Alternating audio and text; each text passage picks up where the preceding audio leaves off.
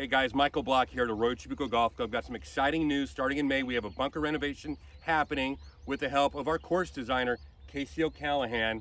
And obviously we have Michael Wolpoff here, our course superintendent, who has absolutely changed this golf course over the last 5-6 years you've been here? 6 years, sir. 6 years. So a lot of exciting things, and we're here today to show you a couple of the changes here in the next couple months. Cheers. A couple of the most exciting parts about a bunker renovation is A, the new sand, having sand in the bunker, and then also not having so many rocks. So, Michael, please start this off for us. All right, yeah, we're going to be taking care of one of the larger problems we have with these older bunkers.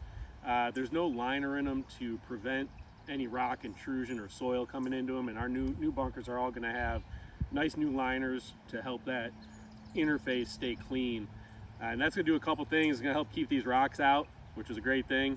And it's also going to help the sand perform well for a number of years coming, which allows water to percolate through and drain out. Give you a heads up on the amount of effort we put into these bunkers after rains. In the last 2 years, we've had about 50 inches of rain. The new bunker we put in the back chipping green area, which has the liner and the fresh sand, we've had about 15 minutes of labor over 2 years to fix. On the course, we've spent 864 labor hours to get the water out, re-rake them, take care of them just after the rains. So we're looking really forward to having some well-performing bunkers coming up at the end of this summer. And the sand that we're going to use is the Augusta 2. It's a great sand. It minimizes fried egg lies. It's a firm sand. It's a white sand. It's going to look great. And another part of the changes is we've got a few bunkers here. We've got it on 3. We've got it on 7. We've got a couple areas where we've got a native edge currently.